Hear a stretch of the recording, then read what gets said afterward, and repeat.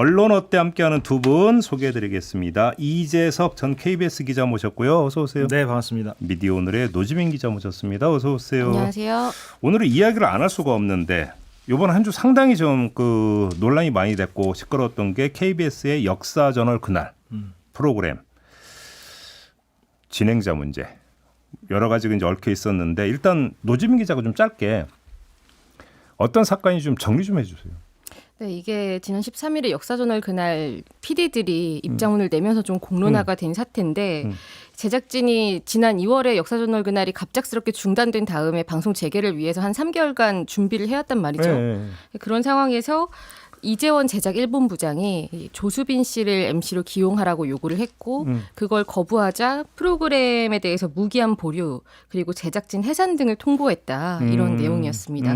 게다가 이 제작진이 지금 KBS가 굉장히 경영적으로 어려워진 상황이잖아요. 네. 그래서 유명 배우를 MC로 새로 섭외해서 이제 2억 원 가량의 협찬도 진행하고 또 어느 정도 코너 촬영도 마친 상황이었는데 뭐 이미 이름 다 한가인 네. 씨. 예. 그래서 한가인 씨로 확인이 됐고요. 그런데 지금 공교롭게도 이재원 씨가 MC로 요구한 조수빈 씨 같은 경우에는 그 대통령 그 직속 국민통합이 미디어특위 위원을 지내기도 했고 또 과거 국회의원 보궐 후보로 거론되기도 하고 또 백선엽 장군 기념사업회 현직 이사이기도 하다는 점에서 뭐 여러 논란이 불거지고 있습니다. KBS 출신이죠, 조수빈 예. 씨가 아나운서 출신. 저랑 공채 동기예요. 예, 동기예요? 이런 말까지 하는 건 좀 그렇긴 합니다만. 예. 그럼 남다른 시선을 지켜보셨을 것 같은데. 뭐 동기라서 남다른 시선을 가졌던 건 아니고. 거기다가 또 고향이시고. 네. 또 이제 KBS 얘기를 좀 해봐야 되는데. 네. 방송법에 의거해서 우리가 편성 규약이라는 걸 모든 방송사가 두고 있지 않습니까? 네네네. 그 편성 규약은 반드시 지켜져야 할 수칙이고요. 근데 편성 규약에서 제작 자율성이라는 것을 제작 자율성의 개념을 편하게 강조하고 있습니다. 그럼 그 제작 자율성이란 게 뭐냐? 그것은 임원이나 어떤 지도부나 데스크가 개입을 최소화하라는 겁니다. 그러니까 네네. 제작진들이 정말로 자율적으로 알아서 자기들이 자체적인 논의를 통해서 프로그램을 만들라는 취지로 제작 자율성이라는 개념을 편성규약에 명시하고 있는 겁니다. 네. 그럼 이번 사태를 그런 관점에 입각해서 한번 들여다볼 필요가 있는 것이죠. 한가인 씨는 우리가 다들 알고 있잖아요. 유명 배우고 이른바 사회참여형 대중문화인이 아니에요. 저는 사회참여형 대중문화인이 나쁘다는 의미로 지금 얘기하고 있는 게 아닙니다. 네. 근데 사회참여형 대중문화인 가령 뭐 김미화 씨라든가 김재동 씨라든가 대중에서 저 사람은 저런 성향을 갖고 있다고 이제 이렇게 이제 규정되는 연예인. 그렇죠. 예, 그게 뭐 나쁘다는 건 아니지만 어찌됐건 그런 사회참여형 대중문화인의 경우에는 뭐 논란이 있을 수도 있죠. 그 예. 논란이 옳고 그름을 떠나서. 그런데 예. 한가인 씨는 전혀 그런 개념의 연예인도 아니잖아요. 그러면 한가인 씨를 MC로 기용하겠다라는 그 자율적인 판단이 도대체 뭐가 문제냐. 오히려 우리는 거꾸로 생각을 해봐야 됩니다. 조수빈 씨야말로 오히려 논란의 당사자가 될 수 있는 것이죠. 아까 노 기자가 얘기했듯이 그런 이력들이 있고 특히나 제가 볼 때는 그 백선엽 장군 기념사업회 이사라는 점이 가장 논란이 될 것 같아요. 이게 다른 프로그램도 아니고 역사 프로그램이기 때문에 그러니까 오히려 거꾸로 이렇게 생각을 해봐야 됩니다. 제작진이 조수빈 씨를 MC로 기용하겠다라고 했을 때 오히려 임원이나 데스크들은 그거 논란이 있을 수 있으니 바꿔라 라고 해야 정상적인 어떤 의견 소통 과정이라고 볼 수 있는데 네. 지금은 반대로 된 거죠. 하나하나 좀 짚어봤으면 좋겠는데 일단 좀 제가 좀 이해가 안 되는 부분이 한가인 씨로 이제 제작진은 결정을 하고 일부 내용 또 녹화까지 했다면서요. 네, 코너 녹화를 마쳤다고 그러면 합니다. 그 전 단계에서 그러니까 보고가 올라갔고 오케이가 됐으니까 진행이 됐던 거 아닌가요? 지금 제작진 쪽에서 이제 PD협회가 밝힌 내용과 또 이재원 본부장 입장을 담아서 회사 입장문이라고 보도된 내용이 있어요. 그게 다 다른 거죠. 이게 다른 부분이 뭐냐면 이재원 제작본부장 측에서는 3월에 이미 CP와 통화하면서 조수빈 씨 어떻겠냐고 제안을 했다는 거죠. 근데 또 이 내용을 보면 거기에서 그 한가인 씨가 섭외가 완료가 되고 나서 보고를 받고는 뭐 잘했다 이런 식으로 말을 했다. 그런데 다시 생각해 보니까 아무래도 조수빈 씨가 낫겠다라는 취지로 이야기를 했다. 4월에 그럼 뭐 말 이런 그대로 내용이 나오거든요. 그럼 그건 변심이잖아요. 그렇죠. 그런데 지금 문제는 섭외가 진행 중이라는 보고를 조수빈 씨를 제안을 했을 때도 들었다라는 거고요. 그게 맞다면 사실이라는 걸 다 전제를 하고 말씀을 드리는 거거든요. 그리고 나서 뭐 나중에 본 녹화를 사흘 앞두고 프로그램에 대해서 무기한 보류나 제작 제작진 해산을 지시한 사실 자체는 변하지는 않는 거거든요. 그런데 지난번에 그 다큐 인사이트 건에 대해서도 이게 왜 정치적인 이슈냐, 그리고 총선 앞두고 왜 총선에 영향을 미칠, 총선이 끝나고 방송하는 건데 왜 총선에 영향을 줄 수 있느냐, 이 부분에 대해서는 해명이 이뤄지지 않았고 이번에도 이렇게 사흘 앞두고까지 이렇게 무리하게 이미 뭐 협찬이 진행되고 있고 기지출된 비용이 뭐 억 단위라고 하는데 네. 그런 상황에서 왜 이렇게 무리하게 논란이 될 수 있는 소지가 있는 인물을 밀어 넣으려고 했느냐, 이런 의문은 해소되지 않고 있는 거죠. 그 노 기자가 방금 전에 얘기한 그 다큐 인사이트는 지난번 이재원 제작본부장이 역시나 연루된 사태인데 총선 이후에 방송되는 세월호 10주기 추모 다큐멘터리가 총선에 영향을 줄 수 있다는 네. 총선 이후의 방송일인데 그렇죠. 그런 기이한 논리로 그 다큐멘터리가 불방된 사태를 말하잖아요. 네. 저는 강조하고 싶은 것은 세월호 10주기 추모 다큐멘터리는 총선 전이든 후든 언제든 방송될 수 있어야 합니다. 그건 대전제예요. 그런데 총선 이후에 방송일이 잡혔는데 총선에 영향을 줄 수 있다는 논리는 도대체 어떤 논리인지가 납득이 안 가고 예. 그 사태를 말하고 예. 저는 방금 전 지금 노 기자가 설명한 그런 중간 과정들, 의사소통 과정이 어땠고 사전에 승인을 뭐 어떻게 받았고 제안을 누가 했고 이런 거는 다 부차적인 거라고 봅니다. 오히려 그런 프레임을 지금의 KBS 사측이 강조하고 있는 것은 어떤 의도가 담기지 않았나라고 의심해 볼 수도 있습니다. 핵심은 아까 제가 말씀드린 대로 제작 자율성, 즉 제작진이 한가인 씨로 가겠다. MC가 적절하다 한가인 씨가 이렇게 판단했으면 그 판단에 특별한 문제가 없고 하자가 없다면, 논란이 없다면 가는 겁니다. 그렇지 않습니까? 그런데 뭐 중간 과정이 어떻고 이런 게 뭐가 중요한지 모르겠고 오히려 일부러 그런 프레임들을 좀 강조하고 있는 게 아닌가. 그러니까 예를 들어서 그러니까 시청률을 고려를 했다고 한번 쳐봐요. 방송 입장에 시청률 중요하잖아요. 근데 그 시청률이라고 하는 게 결국은 MC의 이제 지명도나 이런 거하고도 연동이 되는 부분이 있으니까 한가인 씨가 그렇다고 조수빈 씨한테 밀리나? 그건 아닐 것 같은데요. 그죠? 그러면 오히려 더 신선한 면도 있는 게 한가인 씨가 이런 어떤 통상적 예능 프로그램은 간간히 나온 적은 있지만 이런 어떤 교양물 예. 이런 데 나온 적은 거의 없는 걸로 기억을 하거든요. 그럼 질문은 딱 하나밖에 성립이 안 되는 거 아닙니까? 결국은 제작본부장은 왜 그러니까 조수빈 씨 아니면 안 되라고 했던 그 연유가 무엇인가? 결국 이거 아닌가요? 그렇죠. 본질적인 문제는?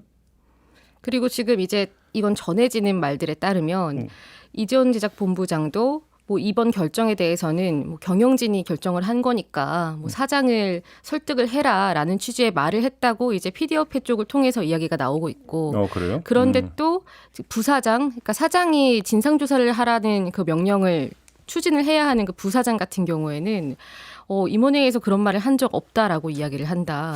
예. 결국에는 이게 누구의 뜻에 의해서 이렇게 강하게 무리하게 추진이 됐고 지시가 이루어졌는지조차도 지금 굉장히 밝혀지지 않고 모호한 상태로 있는데 그럼 이렇게까지 할 이유가 뭐였느냐도 지금 계속 밝혀지지 않고 있는 거거든요. 네. 경우의 수를 생각해 볼 수 있겠죠. 그러니까 정말로 이재원 제작본부장 본인의 호불호 혹은 이재원 제작본부장이 누군가로부터 외부로부터 받은 어떤 뭐 민원, 청탁 이런 게 있을 수도 있고 혹은 뭐 윗선, 더 윗선, 사장이나 부사장 같은 더 윗선에서 뭔가 외부로부터 민원을 받고 이렇게 했을 수도 있고 여러 가지 경우의 수가 있을 수 그 있죠. 모든 경우의 수가 그러니까 제작진의 자율성하고는 별로 상관이 없는 전혀 상관이 오히려 없고 반하는 위배되는 그렇죠. 편성규약 위배라고 볼 소지가 다분하고요. 예. 그리고 다시 한번 강조하지만 한가인 씨가 논란의 인물이라면 또 모를까. 그러면 그나마 토론의 대상이라도 될 수 있어요. 예. 한가인 씨가 적절하다 적절하지 않다. 예. 근데 전혀 그게 아니라는 건 누구나 알지 않습니까? 예. 그러니까 궁색해지죠. 사측의 논리가. 근데 이 상황을 지켜보는 한가희 씨 마음은 어떨까? 그러니까 지금 제작진 내부에서는 정말 미안한 마음이 있는 것 같더라고요. 그러니까. 네, 녹화가 중단된 지도 지금 이미 이제 2주가 넘어가고 있는 상황인 거고, 그리고 이게 어떻게 될지도 불확실한 거잖아요. 이게 이번 주 내에 어떻게 될지가 확정이 되지 않으면 네. 다시 되돌릴 수 없다고 하거든요. 이 방송 녹화가 예정돼 있던 날짜가 지나버린 거잖아요. 지금 사실상 방송 유보죠. 네, 지금 그렇죠. 거의. 무기한 보류 상태인데 무기한 보류. 지금 지난번에 그 다큐 인사이트 사태에서도 좀 비슷한 것들이 방송 뭐 불방을 통보한 게 아니다, 뭐 연기한 거다 이렇게 얘기했는데 지금도 이 수순대로 가다 보면은 결국에는 폐지될 수밖에 없는 상황으로도 갈 수 있는 거죠. 사례 하나만 더 추가를 하죠. KBS 1라디오 아침 시사 프로그램 진행자로 고성국 씨가 됐어요. 네. 이걸 놓고도 좀 논란이 벌어지고 있다면서요? 그렇죠. 지금 일단은 새로운 진행자들이 프로그램을 맡게 된 지가 얼마 안 됐어요. 지난해 11월에 박민 사장 취임하고 나서 임시로 진행을 했던 분들이 12월부터 정식 MC를 맡아서 진행을 해왔는데 뭐 개편이야 단기에 할 수는 있다고 보지만 근데 지금 이걸 맡게 된 고성국 씨가 그 보수 유튜버로 활동을 되게 활발하게 하고 있는 인물인데 예, 자기 채널을 네. 갖고 있죠. 그렇죠. 예. 거기서 윤석열 대통령을 지켜내겠다. 이런 걸 굉장히 서슴없이 밝히고 있는 인물이고 그리고 이분 유튜브 채널을 보면 이제 윤 대통령 지지를 넘어서 거의 수호해야 한다는 그런 의지를 밝히는 내용들이 많거든요. 그래서 지난번에 총선 앞두고 이제 4월 10일 총선 앞두고 3월에 올린 유튜브 영상 중에서는 지금 이렇게 그 지역들을 다니다 보니까 윤 대통령 지켜내겠다는 슬로건을 국민의힘이 아니라 자유통일당에 쓰고 있다. 국민의힘 뭐 하는 거냐 이렇게 호통을 치는 내용이 있기도 하고 그리고 좀 더 거슬러 올라가면 이제 과거에 그 5.18 민주화 운동 관련해서 그것도 이제 2018년경인데요. 그 지만원 씨를 초청해서 민주화 운동을 북한군 특수부대가 일으킨 폭동이라고 주장하는 걸 그대로 내보내기도 했고요. 뭐 역사관과도 앞서 했던 그 역사전을 그날과도 어떻게 보면 좀 연관되는 공통점들도 보이는 것 같습니다. 이재석 기자는 어떻게 평가하세요? 여담부터 시작을 하자면 예, 유튜브 방송이니까 지금 우리가 그 김종배 앵커도 고성국 박사와 좀 방송을 안 해보셨나요? 그래 꽤 해보셨을 것 같기도 하고. 방송을 없습니까? 같이 한 적은 없고요. 네. 그 TV 토론 프로에서 한 번인가 두 번인가 네. 같이 출연해서 토론을 한 적은 있어요. 저는 고성국 박사를 어떻게 기억하냐면 2012년에 그 박근혜 문재인 박근혜 두 양강 후보가 붙었던 그 대선에서 네, 네. 박근혜 후보가 이겼죠. 그때 이제 KBS 개표 방송에 이른바 토크 코너가 있잖아요. 거기에 이철희 고성국 두 사람이 나왔었어요. 제 기억으로는. 예. 그러니까 이철희 전 의원 그때 당시에는 의원 되기 전이죠. 예. 그때는 이제 시사평론가로 활동했던 당시였는데 이철희 씨는 약간은 뭐 친문재인 후보 측 패널로 이제 나온 셈이 되고 고성국 씨는 이제 친박근혜 후보 네. 측 패널로 이제 나온 셈이 됐는데 그때 당시만 하더라도 고성국 박사가 중도 보수, 합리적 보수 정도의 위치였다고 저는 봅니다. 그 말하는 어떤 언어들도 그렇고요. 그리고 심지어는 방송인 김어준 씨랑도 함께 방송하고 그랬었어요. 제 기억으로는 제가 본 기억이 있거든요. 팟캐스트. 예, 팟캐스트 예, 하고. 예, 예. 그런데 이제 박근혜 정부 들어선 이후에 그 고성국 박사의 언어들이 점점점 우클릭이 돼서 사실은 나중에는 거의 그 이른바 태극기 부대라고 일컬어지는 그 광장에 나오는 그 강경 보수파들 거기와 사실상 언어들이 많이 겹쳐진다라는 느낌을 많이 받았었습니다. 네. 저 개인적으로는. 예. 예, 고 박사가 여기에 대해서 뭐 반론이 있을 수는 있고요. 제 생각엔 이번에 시사평론가를 MC로 기용하는 건 있을 수 있죠. 뭐 김종배 앵커도 지금 진행을 하시듯이 예, 네. 동시간대에. 네. 그런데 저는 빼주세요. 예, 진보 성향이 있을 수도 있고 보수 성향이 있을 수도 있죠. 그런데 그게 극단적인 형태가 과연 공영방송 MC로서 적절하냐. 네. 예, 이것이 문제인 것 같아요. 아까 그 노 기자가 언급한 그런 사례들도 있지만 또 노 기자가 쓴 기사를 보면 이번에 윤 대통령 취임 2주년 기자회견을 비판하는 댓글에 대해서 고 박사가 본인의 그 유튜브 방송에서 종북 주사파들, 북한 해커들, 개딸들의 비난 댓글이 주였다고 짐작한다. 이런 발언도 했다는 네. 거 아니겠어요. 이런 관점을 갖고 있는 사람이 이런 극단적인 관점을 갖고 있는 사람이 과연 공영방송의 메인 라디오 프로그램 MC로서 적절한 것이냐. 예, 이게 이제 핵심이라고 볼 수 그러니까 있겠습니다. 이거는 뭐 진보 보수 성향을 넘어서 말씀하신 것처럼 근거 없는 음모론적인 주장을 그냥 굉장히 쉽게 하는 분이거든요. 시사 프로그램 진행자로서 적절하느냐를 봤을 때 굉장히 결격 사유 중에 하나인 거잖아요. 예. 그런 면에서 이분을 기용을 하게 되는 이유가 무엇이냐.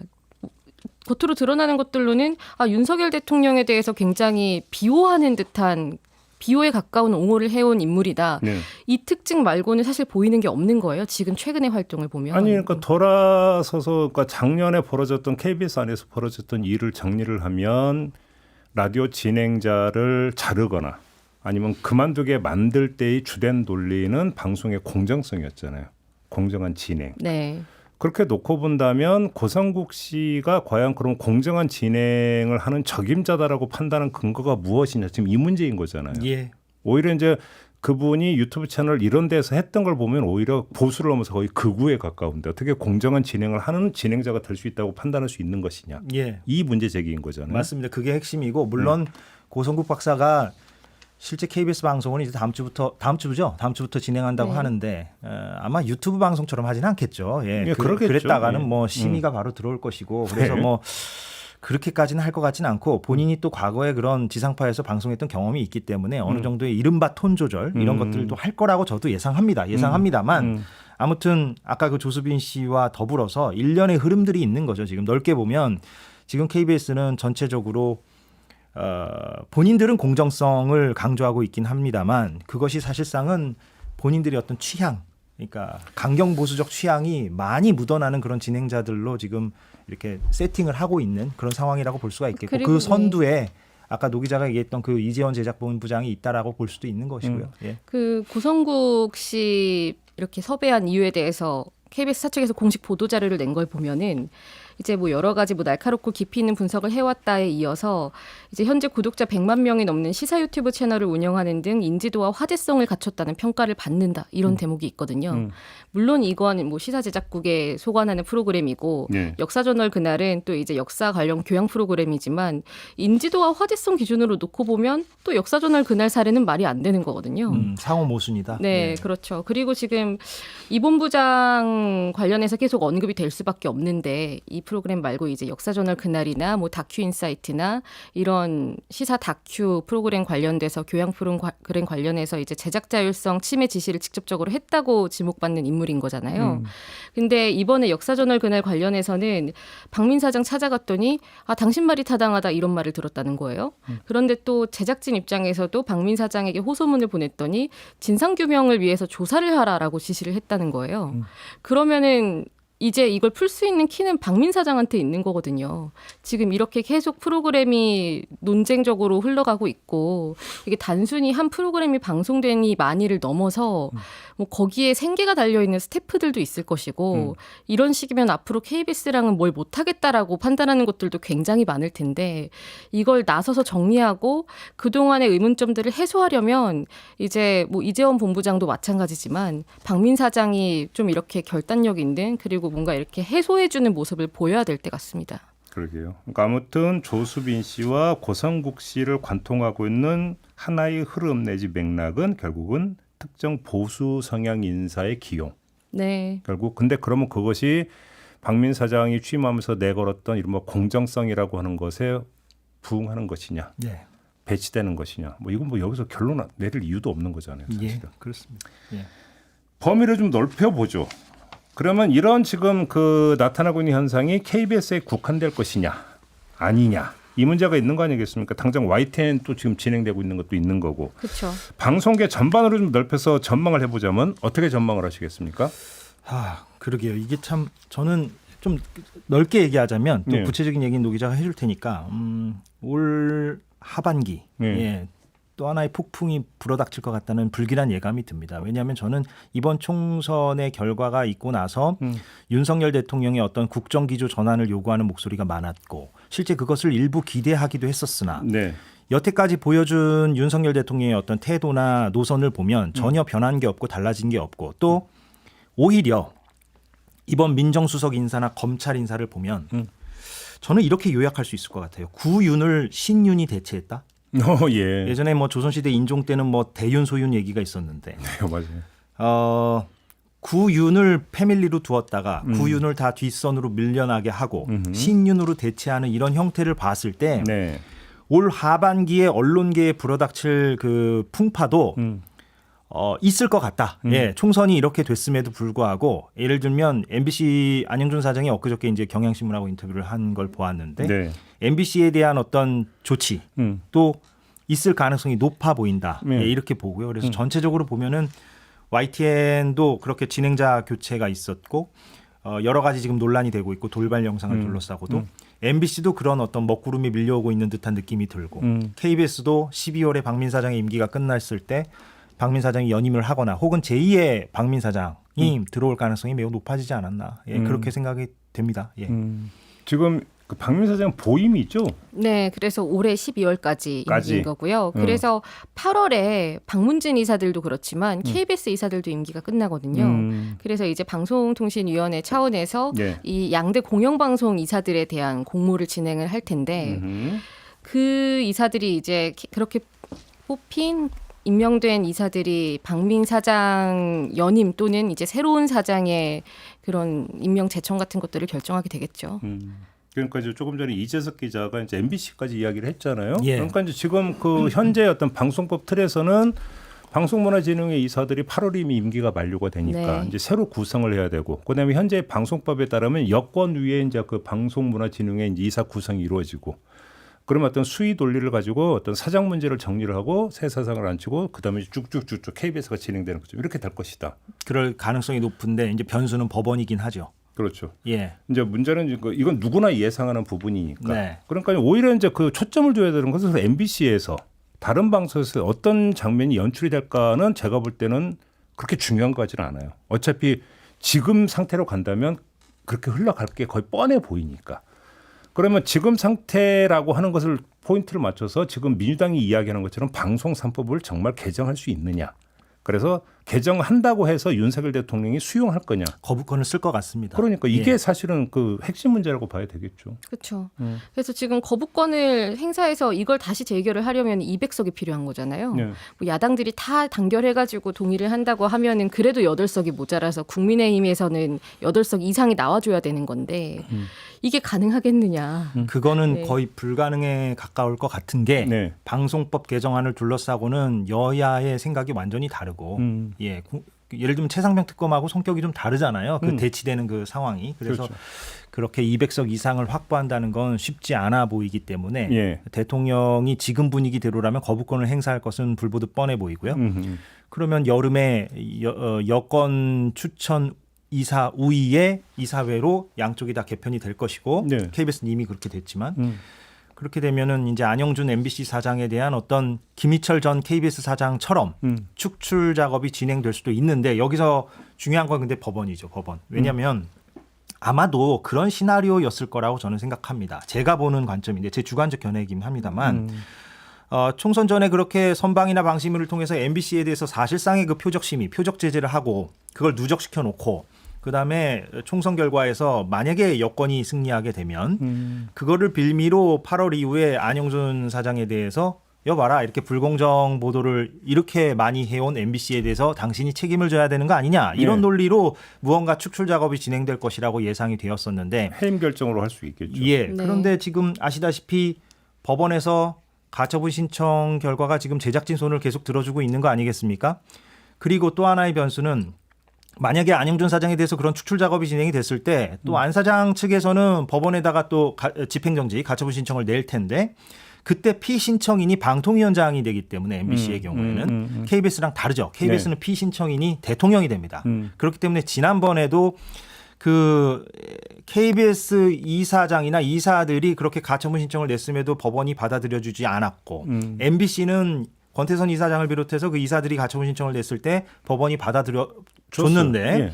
그 양자의 차이는 여러 가지 복합적인 원인이 있겠습니다만 피신청인이 방통위원장이냐 대통령이냐의 차이도 그 판사가 느낀 어떤 중압감 어떤 부담감에서 현격한 차이를 보일 수 있다. 예, 예. 그러니까 MBC 쪽에 조금 더 전향적인 판단을 내릴 수 있는 어떤 요건이 된다. 예, 그렇게 볼 수 있기 때문에 안영준 사장에 대한 축출 작업이 과연 법원에서 제동이 안 걸릴 수 있겠느냐. 예, 이건 또 변수가 될 오히려 수 이제 주목할 건 입법부가 아니라 사법부다. 예. 그렇게 보시는 좀그 거군요. 비극이죠. 어떻게 보면 매번 모든 그쵸. 쟁점이 다 지금 서초동으로 가는 거는 예. 그러니까요. 비극인데요. 항상 예. 모든 게 이제 지금 해가지고 사법부에 의해서 제동이 걸리느냐 마느냐. 왜 국민에 의한 제동은 안 되는 걸까요? 그게 이제 총선 후에 그러니까 윤석열 대통령 보면서 국정운영 기조 변화를 이야기했던 것은 바로 어찌 본다면 이런 문제하고도 연결이 되는 거잖아요. 네. 그런데 오히려 지금 대통령에서 나오고 있는 현상을 보면 어제 이제 저희도 전해드렸습니다만 경향신문 기자한테 전화해서 윤석열 대통령의 사진이 위아래로 잘렸다. 유감이다. 이게 지금 용산의 분위기를 반영하는 거라면 운영 기조의 변화는 기대할 바가 전혀 없다는 전혀 얘기가 되는 거죠. 그렇죠. 이게. 이게 유감이라는 표현이 뭐 사과 뭐 이렇게 불만을 더 노골적으로 표현하는 그런 어휘들도 있겠지만은 굉장히 무거운 단어거든요.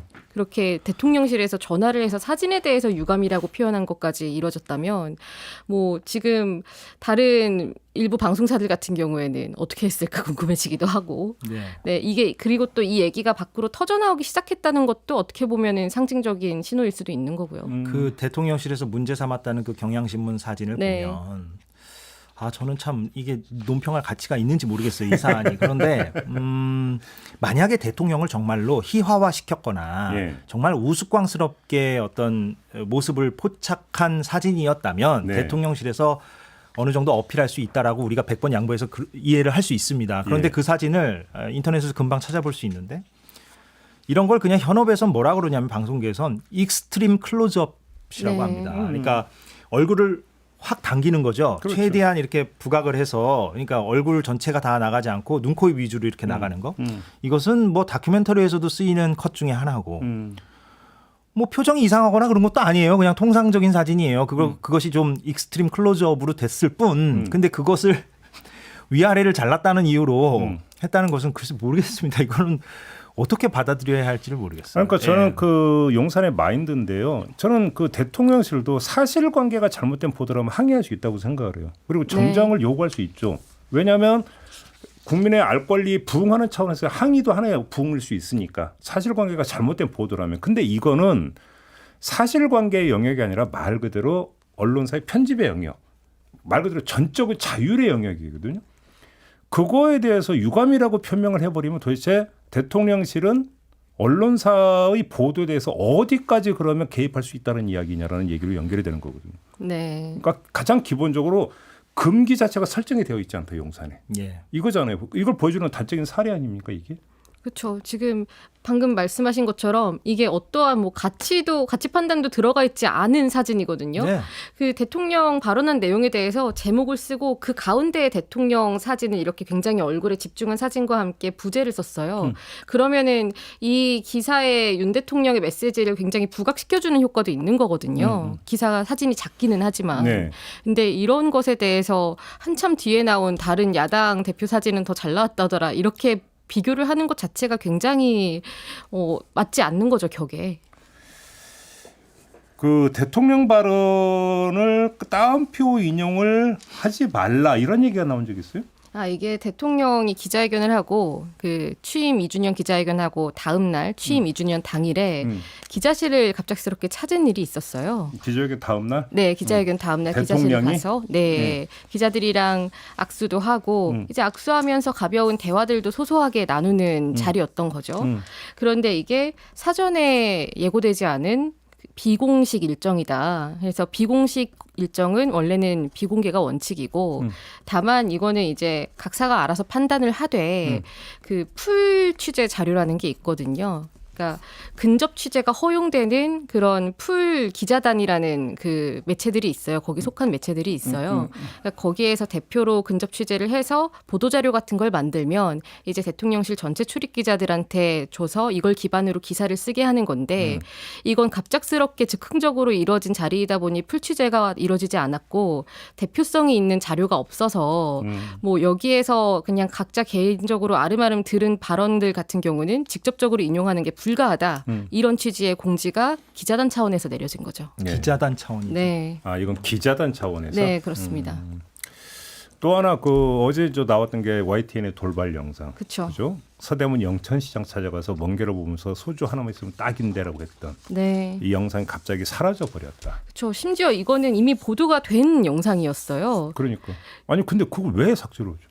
그러니까 이게 그 방송 나간 것뿐만 아니라 뭐 유튜브며 뭐 여기저기 올라간 영상을 다 지웠거든요. 이렇게 할 만한 이유가 아무리 생각해도 보이지 않는 거죠, 사실은. 근데 아무튼 이 세 사례의 공통점은 대통령 관련이라는 거잖아요. 네. 그죠? 물론 이제 두 번째 거는 이제 기자단에서 결정을 했다고 하니까 네. 대통령실이 주도한 건 아니다 이런 이야기가 되는 것 같긴 한데 네, 다만 이제 기자단 차원에서 기자단만의 의견이 있지는 않았을 거고요. 어느 네. 정도 협의하는 과정이나 뭐 논의하는 과정이 있었을 수도 있겠죠. 아마 기자단의 논리는 그런 것이었겠죠. 그거를 제가 뭐 옹호한다는 건 아닙니다만 몇몇만 들어서 당신들만 쓰면 일종의 그게 소소한 단독이 되는데 우리는 그 근접해 있지 않았다는 이유로 기사를 쓸 수 없으니 기자단 차원에서는 우리 모두 다 쓰지 맙시다 이렇게 지금 맞아요. 예, 네, 합의를 그런 것도 있을 봤다는 수 있는 건데 거죠. 근데 이것도 참 뭐 이것만 이런 어떤 출입처 기자단의 어떤 관행 여기에 대해서도 우리가 뭐 몇십 분 얘기하자면 얘기할 수 있는 것이고 참 그러니까 그래요. 지금 예. 경우에 있어서는 입틀막 경우가 발생을 했고 지금 보도와 관련해서는 눈틀막 조치가 지금 취해졌다 이런 이야기가 또 어제부터 나오더라고요. 네. 돌발 영상의 어떤 핵심 키워드는 어떤 풍자성이라든가 그렇죠. 이런 것인데 좀 비꼬는 거라든가 음, 물론 그것도 뭐 정도나 수준은 좀 따져봐야겠습니다만 대통령의 그 소주 발언은 본인이 또 안 한 것도 아니고 그거를 영상에 담았다는 돌발 영상이 어떻게 보면 딱 적절한 어떤 소재라고 볼 수도 있는데 그러니까요. 실제로 했던 발언들을 엮어서 보여주는 예. 거잖아요. 근데 그것을 또 이렇게 내렸다는 것 자체는 YTN의 지금 현실을 좀 보여주고 있다는 생각이 들고 저는 개인적으로 지금 언론계의 상황이 제가 체감하는 것은 공통점과 차이점이 있는데 공통점은 박근혜 정부 중기 때랑 비슷하지 않나 하는 생각이 듭니다. 그러니까 2016년 총선 이전에 박근혜 정부 때 언론이 많이 위축돼 있었고 지금도 전체적으로 지금 위축돼 있는 상황이기 때문에 네. 그런 점에서는 그때와 지금이 좀 유사하다라는 생각이 들고요. 다만 차이점은 지금은 그때와 달리 유튜브가 굉장히 활성화돼 있고 정말 많은 정보값과 정치 시사 관련 이야기들이 유튜브를 통해서 사람들을 직접 접하고 있기 때문에 그때와 다르다 그런 점은 이게 매우 크고 이것이 어떻게 보면 총선 결과에도 큰 변수가 되지 않았나 하는 생각은 들고요. 그 더 거슬러 올라가면 옛날에는 국가 원수 모독죄라는 게 있었거든요. 네. 근데 이거는 이제 국가 원수 희화화죄 정도 되는 겁니까? 그죠? 근데 이게 용납이 안 된다는 거죠. 일단 첫째, 이게 왜 희화화냐?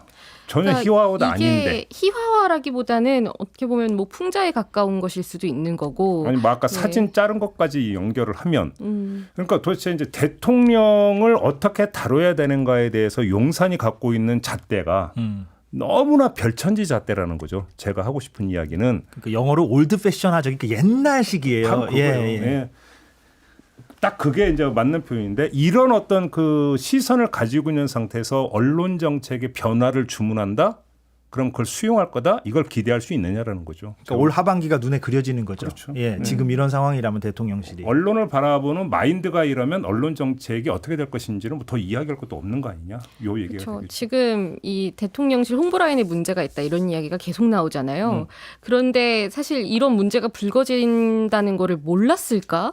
과연 몰랐을까라는 게 첫 번째고 그리고 두 번째로는 이걸 알았는데도 할 수밖에 없는 이유가 있을까? 그렇다면 오히려 더 심각한 문제일 내부 수 있다. 분위기가. 네. 그러니까 간단히 보면 그 민심보다는 대통령의 심기를 더 먼저 보는 거죠. 그렇게 네. 해석을 해야 되는 거죠, 그건.